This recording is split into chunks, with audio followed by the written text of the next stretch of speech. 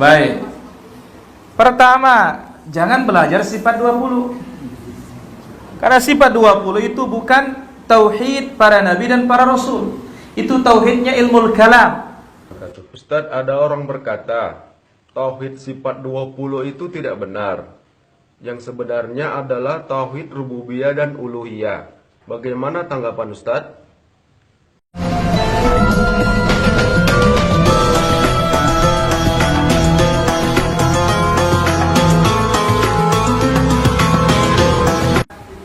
Baik.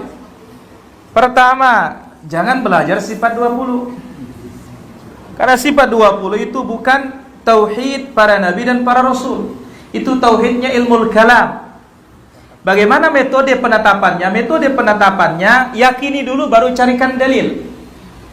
Kalau meyakini sesuatu baru carikan dalil, semuanya punya dalil. Ya. Pada suatu saat ada salah satu partai ternyata di nomornya paling tengah. Dibuatinlah dia dalil. Apa katanya? Khairul umur awsatuha. Perkara yang paling baik yang tengah-tengah, maka pilih ini nomor ini tengah-tengah dia katanya. Loh, kalau nyocok-nyocokin itulah dia metode ahlul kalam. Jadi yakini dulu baru carikan dalil. Ya sama kasus dulu. Orang ngunduh pisang itu supaya matang, orang begawe dulu di dalam dalam tanah pakai asapnya. Bayangkan pisang bisa matang gara-gara asap, sekedar asap apa? Bobok itu, daun kelapa itu. Nah kita ini kok tembakau nggak matang-matang di dalam ya?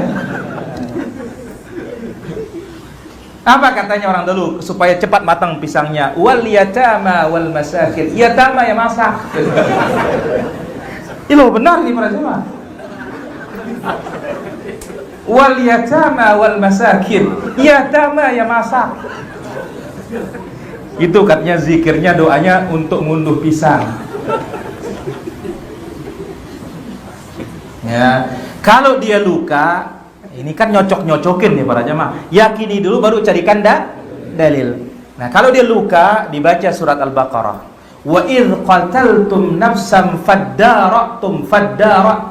Karena ada mirip-mirip darah katanya. Supaya hilang darahnya faddaratum katanya. Darahnya supaya hilang. La ilaha illallah. Jadi semuanya bisa dicarikan dalil. Ahlus sunnah berbeda metodenya. Dalil dulu baru diyakini. Karena kalau dalil dulu baru diyakini, kita tidak akan keluar dari koridor. Ya, jelas ini? Jelas Sol? Itu berangkat dari sifat apa? Mukhalafatuhu lil hawadith katanya. Wujud, qidam, baqa, mukhalafatuhu lil hawadith. Dia menyelisihi apa yang ada katanya. Tapi maksud dari kaidah itu atau sifat itu adalah meniadakan sifat. Wah, hadza batil. Ahlus sunnah menetapkan sifat tanpa menyerupakan dan meniadakan keserupaan tanpa mengingkari. Laisa kamitslihi syai'. Ini nafi, tashbih, tamtsil. Wa huwas samiul basir, itsbatus sifah wal asma. Dan menetapkan nama dan sifatnya tidak serupa dengan sifat-sifat makhluknya. Assalamualaikum Ustadz. Waalaikumsalam warahmatullahi wabarakatuh. Ustadz, ada orang berkata, tauhid sifat 20 itu tidak benar. Yang sebenarnya adalah tauhid rububiyah dan uluhiyah. Bagaimana tanggapan Ustadz?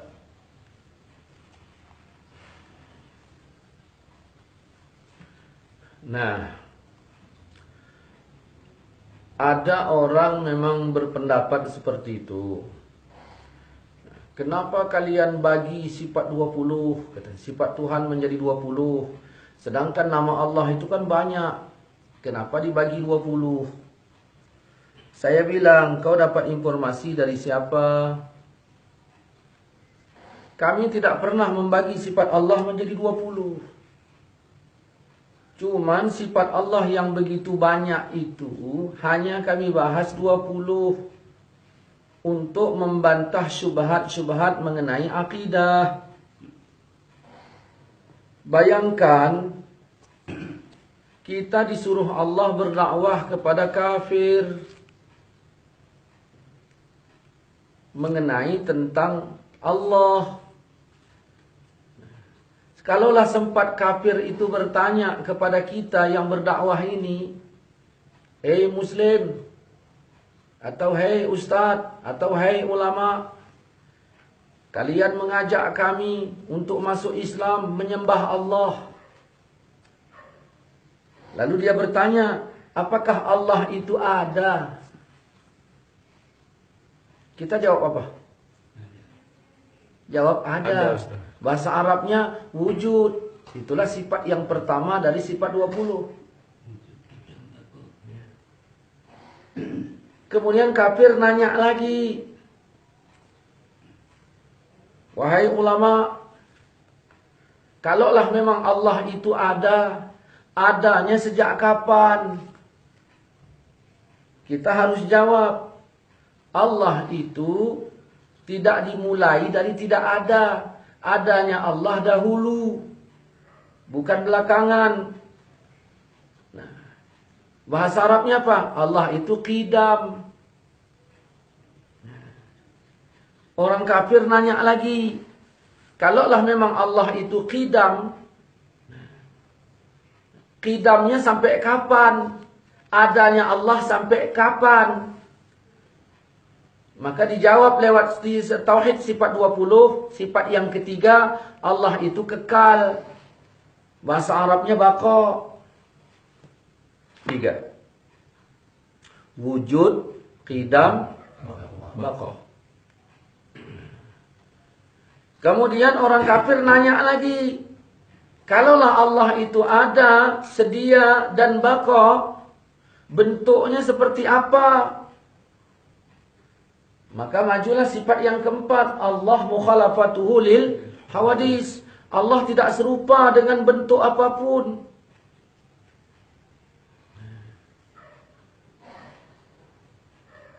Kemudian orang kafir nanya lagi, keberadaan Tuhan di mana? Maka kita menjawab, Allah qiyamuhu ta'ala binafsi. Allah berdiri dengan sendirinya. Kan Allah wala makan wa huwal an ala ma alaihi kan. Allah ada sebelum adanya tempat, dan keberadaan Allah sekarang sama seperti sebelum adanya tempat. Maksudnya Allah tidak bertempat. Itulah qiyamuhu ta'ala binafsi. Orang kafir nanya lagi, kalau begitu jumlah Allah ada berapa? Maka keluarlah sifat berikutnya, yaitu Allah wahdaniyah. Allah itu bisanya apa? Maka keluarlah sifat berikutnya, Allah itu kudrah. Allah kuasa menciptakan langit bumi. Orang kafir nanya lagi, yang nyuruh dia buat langit bumi ini siapa? Mandornya siapa? Keluarlah sifat berikutnya lagi, Allah itu iradah. Begitulah seterusnya.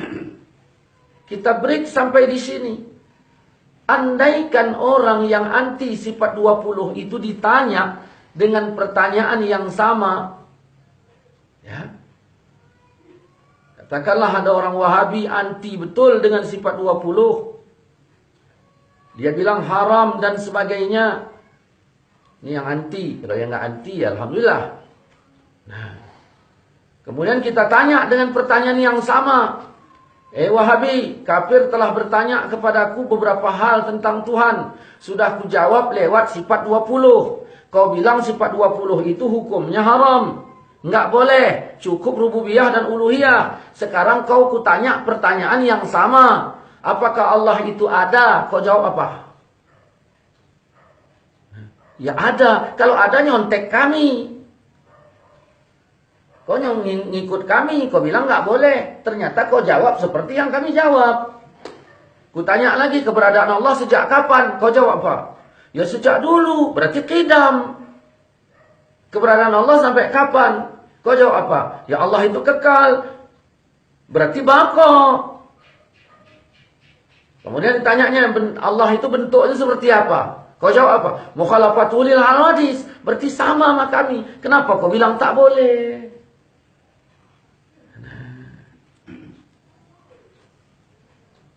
Jadi inilah ini bedanya.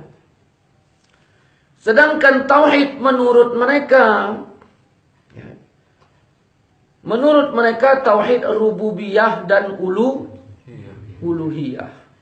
Apa itu rububiyah? Rububiyah itu meyakini yang menjadikan alam ini adalah Allah. Itu disebut rububiyah. Asal yakin yang menjadikan alam ini Allah disebut tauhid rububiyah. Nah, yang kedua uluhiyah. Uluhiyah ini menunggalkan Allah dalam ibadah. Disebut tauhid uluhiyah. Jadi belajar tauhid versi Wahabi 5 menit tamat. Karena keyakinan cuma itu saja. Nah, timbul pertanyaan, yang membagi tauhid rububiyah uluhiyah ini siapa? Kalaulah ada di zaman Nabi, mana riwayatnya tauhid dibagi itu? Pernah juga yang terjadi dialog dengan saya. Pernah Nabi membagi tauhid rububiyah uluhiyah. Tapi ayatnya saya baca, cuman nggak ada kata dibagi. Nggak ada kata dibagi. Ada hadis bilang begini, betul, nggak ada kata dibagi.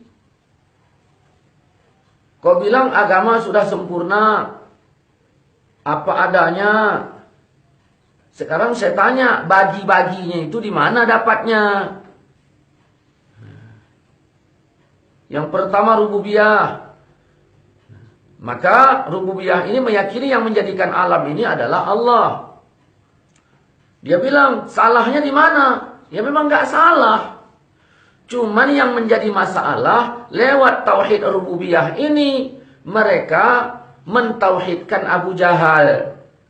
Makanya jangan heran di dalam kitab mereka, Kaifa Nafhamut Tauhid, pada halaman 16, ulama mereka mengatakan iman Abu Jahal dan Abu Lahab jauh lebih hebat pada rububiyah dibandingkan imam kebanyakan kaum muslimin yang mewiridkan zikir la ilaha illallah, la ilaha illallah, la ilaha illallah.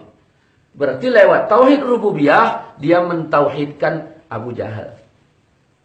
Lewat tauhid rububiyah, lewat tauhid rububiyah dia mentauhidkan Abu Jahal. Lewat tauhid uluhiyah, mereka mengkafirkan umat Islam yang bertawasul dan sebagainya. Dia mengkafirkan bukan berdasarkan Quran dan hadis, berdasarkan tauhid yang nggak pernah dibagi sama sekali di zaman dulu. Kemudian melarang pula sifat 20. Yang mau tidak mau kalau dibuat pertanyaan yang seperti itu, dia harus mencontek sifat 20 tersebut. Ini kalaulah tauhid, mereka mengatakan belajar tauhid rububiyah itu belum cukup. Belum cukup. Tidak sah dikatakan sebagai tauhid kalau hanya rububiyah. Kalaulah betul pernyataan yang seperti itu, kita baca riwayat tentang pertanyaan malaikat di dalam kubur, "Man rabbuka?" Rabbu, rububiyah. Siapa Tuhanmu? Siapa rububiyahmu? Lalu dijawab oleh si mayit yang mukmin itu Allah. Kalaulah tauhid rububiyah itu tidak sah, sahnya harus melalui uluhiyah. Kenapa pertanyaan ini tadi man rabbuka? Kenapa tidak ditanya man ilahuka? Inilah kelirunya mereka. Padahal uluhiyah dan rububiyah itu saling lazim melazimi. Kalau rububiyah ya sudah uluhiyah, kalau uluhiyah ya sudah rububiyah. Jadi rububiyah saja tidak sah, harus uluhiyah. Kalau begitu, Abu Jahal yang sudah sah rububiyahnya, kalau andai kata dia sholat, berarti sudah sahlah sempurna tauhidnya. Padahal tidak demikian. Pintu gerbang Islam ini syahadat. Inilah ini pernyataan mereka yang keliru. Begitu. Jadi belajar tauhid yang sebenarnya adalah belajar sifat 20. Nah, gitu ajalah dulu. Nanti kita sambung lagi.